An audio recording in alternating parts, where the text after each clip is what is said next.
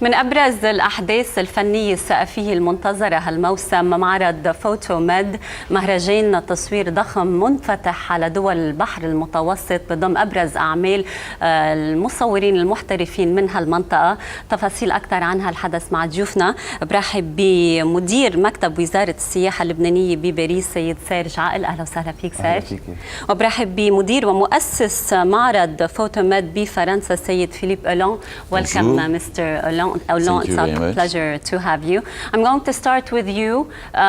Photomed 2013 took place last year in Samaribi in France, and this is the third year that you present this exhibition. It's a photography festival which you hope to accomplish several things by it. How did this concept start and what do you hope to accomplish? Bien, c'est parti d'un simple constat que la Méditerranée n'existait pas en union pour la Méditerranée en tant que politiquement, en tant qu'économiquement, mais par contre cette union pouvait se faire par la culture.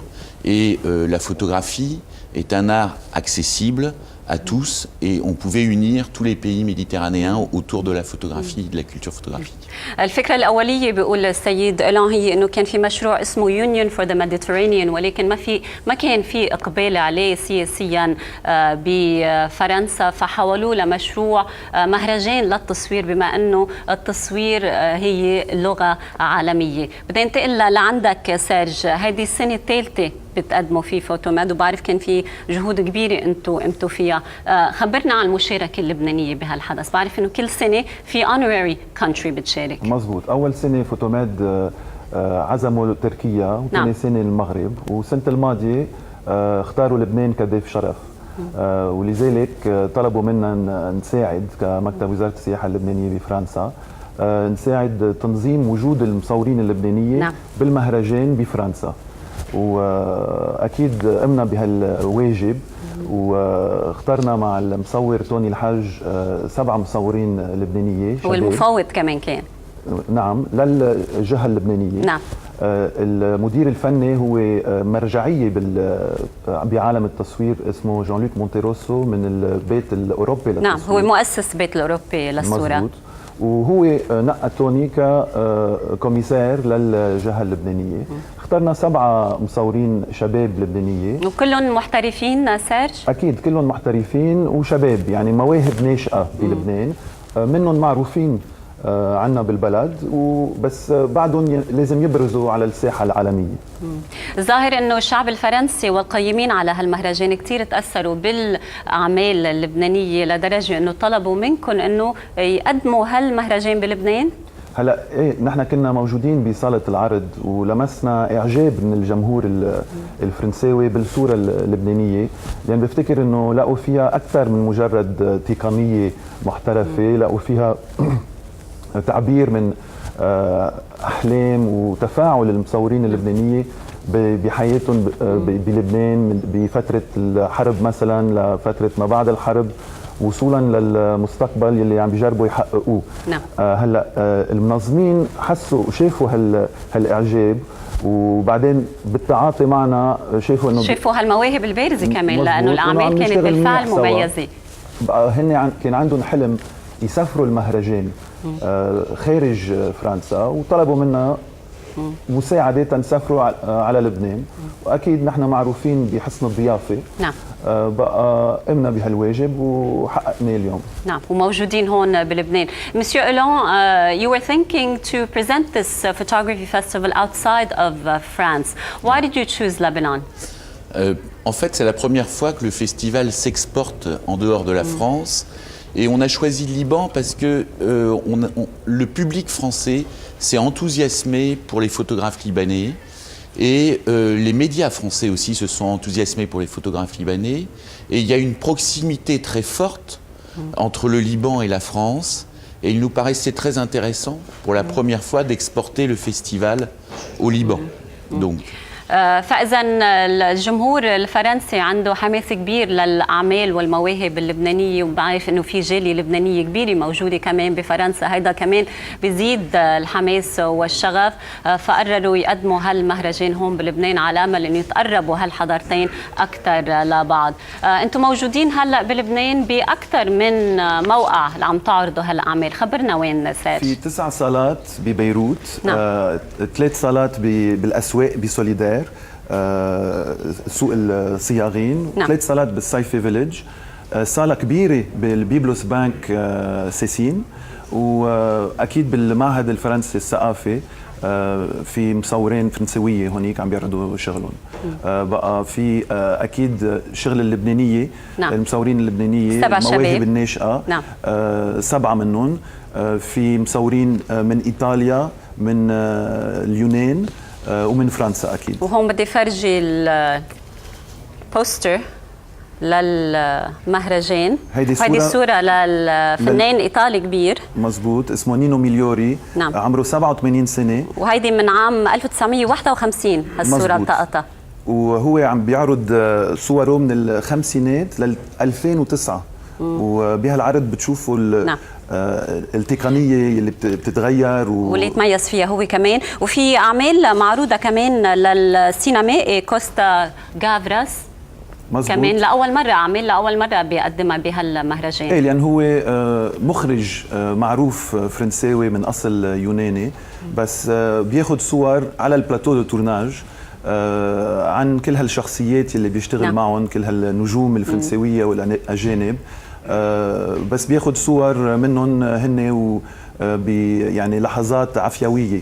نعم. وهو ما بيعتبر حاله مصور، بس جان لوك مونتيروسو طلب منه يعرض صوره. نعم.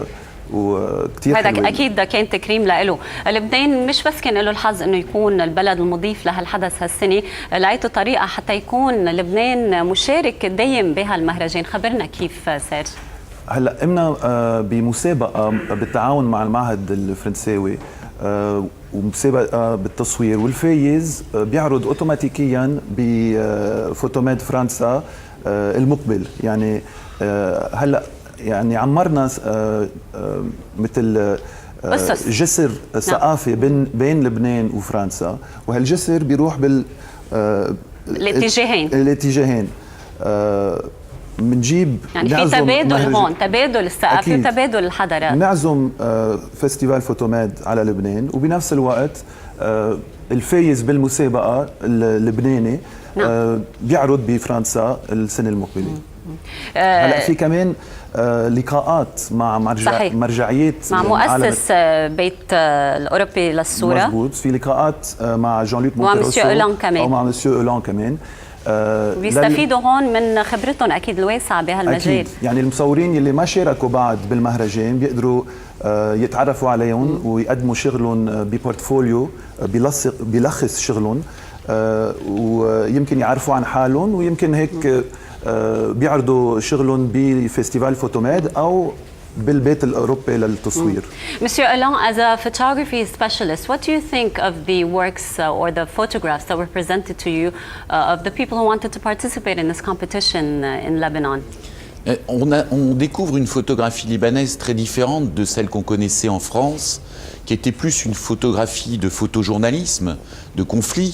On voyait une image du Liban sur les différents conflits qui ont agité le Liban, et on ne voyait peu ou très peu de photographes libanais qui présentaient la reconstruction du pays, mais aussi une création très individuelle et une vue très individuelle du Liban, et qui était plus basée sur la création photographique et l'art photographique que sur le photojournaliste. Donc c'est une découverte passionnante. نعم.